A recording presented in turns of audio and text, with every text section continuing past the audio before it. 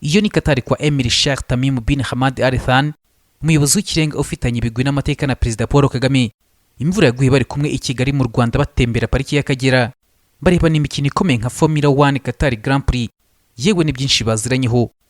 None se wawuzi icyo umunyakatari aziranyeho n'umunyarwanda? None se ahubwo ubushuti bwabo bwatangiye ryari? Byose byatangiye mu myaka irenga 13 ishize, kuko ubusanzwe umubano w'u Rwanda na Qatar watangiye kera, kuko mu mwaka wa 2012 ishoramari rifatika ry'abanyakatari ryatangiye mu Rwanda hatangizwa ingendo za Qatar Airways. Gusa umubano waje gufata intera nini mu mwaka wa 2017 nyuma y'amasezerano yashyizweho umukono n'ibihugu byombi agamije gushyiraho imikoranire mu bya diplomasi. Aya masezerano yaje akurikira andi arimo nk'ayasinywe ku itariki ya 26 z'ukwezi kwa Gicurasi mu mwaka wa 2015 agamije gushimangira ubufatanye mu birebana no kurwanya ibiyobyabwenge. Hari nyuma y'uko mu mpera z'umwaka wa 2014 mu Rwanda hafatiwe abacuruza ibiyobyabwenge bahageze baciye ku kibuga cy'indege mpuzamahanga cya Doha muri Qatar bavuye muri Amerika y'Epfo. Umwaka wa 2018 wazanye isura nshya mu mubano w'ibihugu byombi, bigaragazwa n'inshuro nyinshi abayobozi b'u Rwanda n'aba Qatar bagiye bahura. Nka Perezida Paul Kagame yasuye Qatar aganira na Emir w'iki gihugu, bari bahuriye kandi i New York nabwo bagirana ibiganiro. Paul Kagame kandi yarahuriye i Munich na Minisitiri w'Ububanyi n'Amahanga w'icyo gihugu cya Qatar.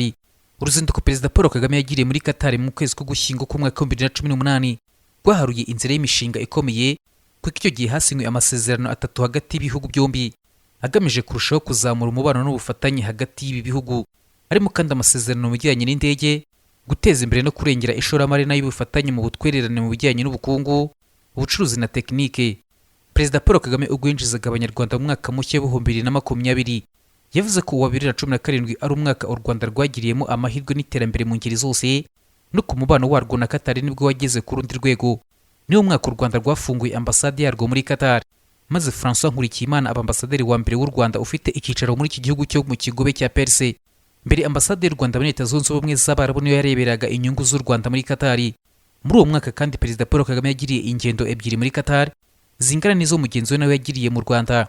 Ubwo Perezida Paul Kagame yari muri Qatar mu kwezi k'Ugushyingo k'umwaka wa 2018 yatambagijwe ikibuga mpuzamahanga cy'indege cya Hamad i Doha, ibintu byacaga amarenga ku mikoranire mu mishinga y'ikibuga cy'indege cya Bugesera.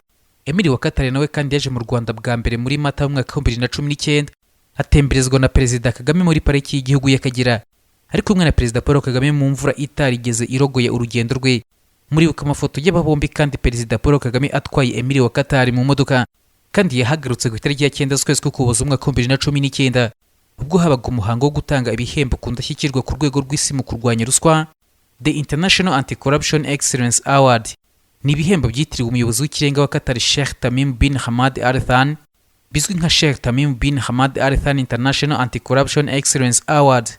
Umubano w'ibihugu byombi ndetse n'uburyo u Rwanda ruri ku isonga mu kurwanya ruswa ni zimwe mu mpamvu zagendeweho hemezwa ko ari rwo rukwiye kubyakira. Muri Werurwe mwaka wa 2019 itsinda ry'intumwa za Qatar ziyobowe na Minisitiri w'Intebe wungirije akaba na Minisitiri w'Ububanyi n'Amahanga Sheikh Mohammed bin Abdulrahman Al Thani zagiranye ibiganiro na Leta y'u Rwanda birimo gutera inkunga umushinga wo kwihutisha kubaka ikibuga mpuzamahanga cy'indege cya Bugesera. Ni nyuma y'uko u Rwanda rwari rumaze igihe rushakisha amafaranga yo gushora muri uyu mushinga.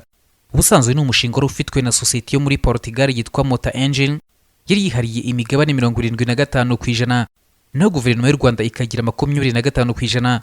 U Rwanda rwaguze imigabane 75% ya Mota Engine kugira ngo rugire 100%, hanyuma rugurisha 60% na Qatar. Muri Gashyantare kandi umwaka wa 2020 Qatar Airways yatangaje ko iri mu biganiro n'ikigo cy'indege cy'u Rwanda Rwandair hagamijwe kuguramo imigabane ingana na 49%. Qatar Airways yavuze ko impamvu bahisemo gushora imari mu Rwanda ari ukubera aho Kigali iherereye muri Afurika ndetse n'umutekano uri mu Rwanda. Uyu mubano mwiza kandi watumye u Rwanda rukorana n'ikipe y'ubukombe ya Paris Saint-Germain iheruka gutwara UEFA Champions League, aho mu mpera z'umwaka wa 2019 u Rwanda rwasinyanye amasezerano na Paris Saint-Germain hagamije kwamamaza ubukerarugendo n'ibindi bikorerwa mu Rwanda. Ikipe iri mu maboko ya Qatar binyuze mu kigo cyayo gikora ishoramari mu mikino Qatar Sport Investment kuva mu mwaka wa 2011. Ubu iyi diri ya Paris Saint-Germain n'u Rwanda iri mu zikomeye cyane u Rwanda rwagize mu gushora imari mu ikipe nk'iyi kandi bitanga umusaruro. Icyo gihe umukinnyi w'umunyabigwi nyawe muri Afurika wakiniye amakipe akomeye nka FC Barcelona yitwa Samuel Eto'o, ni umwe mu bantu basunitse dosiye y'u Rwanda kugira ngo rusinyane amasezerano na Paris Saint-Germain. Yahuye kandi na Perezida Paul Kagame afata nk'umuntu udasanzwe Afurika ifite mbere y'isinywa ry'amasezerano na Paris Saint-Germain n'u Rwanda. uyu mubano mwiza kandi watumye Donald Kaberuka aba umwe mu bajyanama ba Qatar muri gahunda yayo yo gushinga imizi muri Afurika binyuze mu bufatanye n'ibihugu. Nta gushidikanya kubirimo rwose Paul Kagame yaramumenyekanishije kuri Emir wa Qatar, aho yafashije iki gihugu mu rwego rw'ubujyanama ku bijyanye n'ishingwa ry'ikigega kigamije ishoramari muri Afurika. Ku itariki 15 z'ukwezi kwa Mutarama mu mwaka wa 2025 kandi u Rwanda na Qatar byasinye amasezerano agamije kongerera ubumenyi ingabo z'u Rwanda mu bijyanye n'indege, aho ingabo z'u Rwanda RDF zisanzwe zohereza abasirikare bazo kwiyungura ubumenyi mu bijyanye no gutwara indege mu gihugu cya Qatar. Ishuri Qatar Aeronautical Academy ryashinzwe mu mwaka w'igihumbi 1975, maze mu mwaka w'igihumbi 1996 ryiswe Qatar Aeronautical College, ariko riza kongera gusubirana iryo zina rya Qatar Aeronautical Academy. Iri shuri ryigisha abapilote ndetse ritanga amahugurwa yo gukora no gukanika indege, gukora ku kibuga cy'indege mu bugenzuzi bwaho indege zigwa, kugenzura abacunga umutekano n'abakozi bashinzwe abinjira n'abasohoka n'ibindi. Mu kwezi k'Ukwakira k'umwaka wa 2024, polisi y'u Rwanda na Lekiuya, urwego rushinzwe umutekano muri Qatar, basinyanye kandi amasezerano y'ubufatanye akubiyemo ingamba z'ubufatanye hagati y'inzego zombi mu byerekeranye no gusangira ubunararibonye mu bikorwa byo gucunga umutekano ndetse no guhugura abashinzwe umutekano. Aka kanya mu Rwanda tumaze kumenya Kigali International Financial Center cyangwa se KIFC, ejo bundi tariki 16 z'ukwezi kwa Nyakanga mu mwaka wa 2025 cyahawe Madamu Hortense Mudenge ngo akiyobore. Ubwo rero iki kigo gisanzwe gifitanye imikoranire ya hafi n'ikigo cy'imari cya Qatar kiyoboye ibindi bigo byo mu karere iki gihugu giherereyemo, byasinyanye amasezerano na Rwanda Financial Limited agamije gufasha mu iterambere mpuzamahanga imishinga y'ikigo cya KIFC cyangwa se Qatar Financial Center ndetse na Kigali International Financial Center. Kuva mu mwaka wa 2019 leta ya Qatar yongeye u Rwanda mu bihugu abaturage babyo bemerewe kujya muri iki gihugu bakaba bahamara iminsi 30 badafite visa.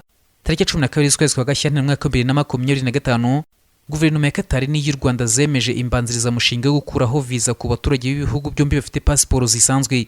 Kwemeza aya masezerano bivuze ko abanyarwanda bazajya bashaka kugirira ingendo muri Qatar batazajya bakwa visa. Ni nako bizajya bigenda ku baturage ba Qatar bashaka kujya mu Rwanda. Umubano w'u Rwanda na Qatar waranzwe no kugenderanira kw'abakuru b'ibihugu byombi. Perezida wa Qatar, aho kuvuga perezida bamwita Emiri. None se ubundi ni muntu ki? Emiri ni ijambo rikomoka kuri Amiri ryo mu Cyarabu, rivuga umuyobozi mu buryo bwa cyami n'umuyobozi wa guverinoma, akaba n'umugaba w'ingabo. Sheikh Tamim yavukiye i Doha mu mwaka w'igihumbi 1980, ari umwana wa kane wa Sheikh Hamad bin Khalifa Al Thani n'uwa kabiri ku mugore wa Sheikh Moza binti Nasser Al Misned. Yakuze ategurirwa kuzavamo umuyobozi. Atangira amashuri muri Qatar, ariko yarangiriza mu Bwongereza. Yize mu ishuri rya Sherborne riherereye mu gace ka Dorset, arangiza mu mashuri yisumbuye mu mwaka w'igihumbi 1997, aho mu mwaka wakurikiyeho yabaye umwe mu barangije mu ishuri rikuru rya gisirikare rya Sandhurst mu mwaka nyine w'igihumbi 1998. Iri shuri ryizemo abahungu ba nyakubahwa perezida wa Repubulika Paul Kagame, Ian Kagame na Brian Kagame. Sheikh Tamim yasubiye muri Qatar ahita yambikwa ipeti rya Suriyetona mu ngabo za Qatar.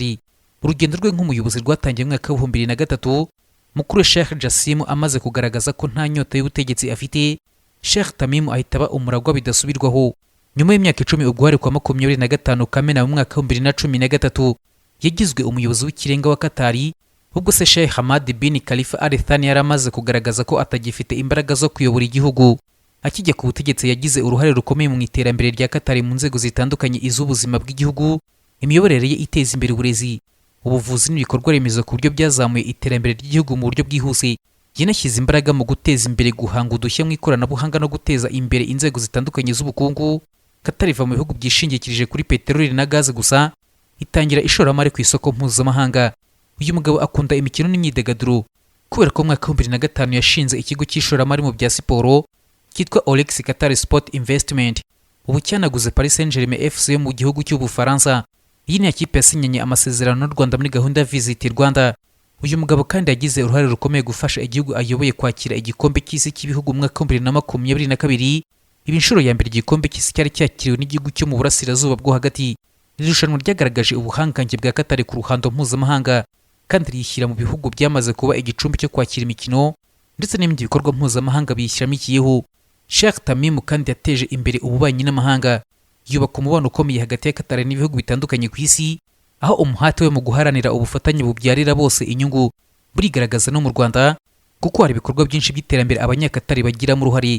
Intambwe yo gukuraho visa ku banyarwanda ishimangira icyizere afitiye igihugu, kandi ubufatanye bwamaze gushinga imizi. abasesengura ibya politiki bemeza ko icyizere cya Sheikh Tamim kirenze kure iby'ubufatanye mu bucuruzi na politiki gusa, ahubwo yifuza ko abantu bo mu bice bitandukanye by'isi bakorana bakazamurana. Umubano mwiza hagati ya Qatar n'u Rwanda watumye havuka amahirwe menshi mu burezi, ikoranabuhanga, ariko by'umwihariko ishoramari ry'abanyakatari mu Rwanda ryatanze akazi ku bantu benshi, rinagira uruhare mu iterambere ry'igihugu no mu rugendo rwo kwigira. Imiyoborere ya Sheikh Tamim ishingiye ku kureba kure, gufata imyanzuro ikwiye, ndetse gaharanira iterambere ry'igihugu na mpuzamahanga. Umubano uzira amakemwa wa Qatar n'u Rwanda ugaragaza imbaraga ashyira mu bufatanye mpuzamahanga bugamije iterambere. Uretse kuba Emiri wa Qatar Sheikh Tamim bin Hamad Al Thani ari umuyobozi ureba kure, uharanira iterambere, akaba inshuti magara y'u Rwanda, imiyoborere yateje imbere igihugu cye, ariko inakomeza ubucuti hagati y'u Rwanda na Qatar. Kubera ko rwose muri Kamena mu mwaka wa 2022 Sheikh Tamim yaje mu Rwanda nk'umushyitsi w'igihugu cy'inshuti mu nama y'abakuru b'ibihugu na za guverinoma wo mu muryango wa Commonwealth yabereye i Kigali mu Rwanda. Mwese mwadukurikiye mwakoze cyane, Imana ikomeze kubarinda.